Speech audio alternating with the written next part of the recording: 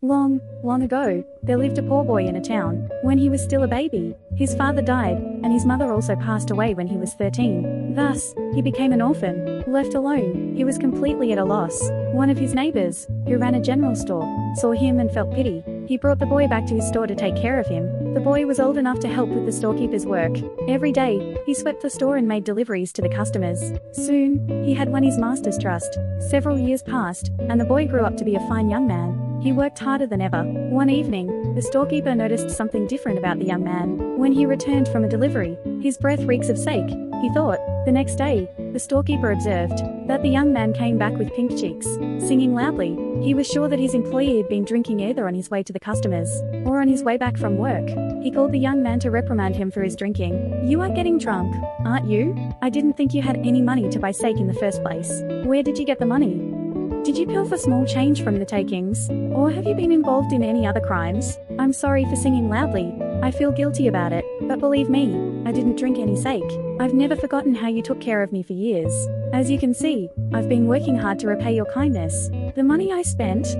You don't need to worry about it. The sake, if you say so, is a gift from heaven," said the young man. "A gift from heaven?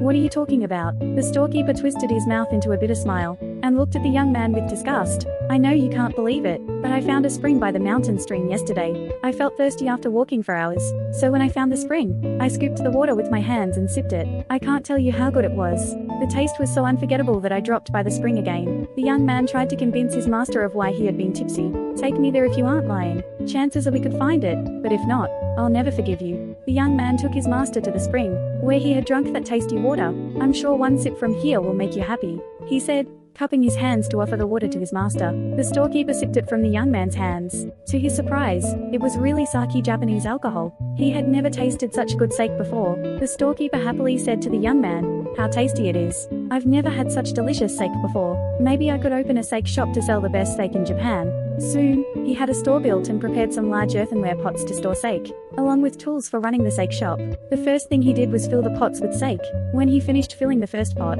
he happily tried to drink some. "How strange," he cried. "It's not sake but pure and simple water." He took another sip, but he was very disappointed. He hurried back to the spring and scooped the water. It was no longer sake at all. He called the young man and complained about it. The young man scooped some from the spring and drank it. He looked at his face, and his cheeks were gradually turning pink. This clearly proved that what he was drinking was sake.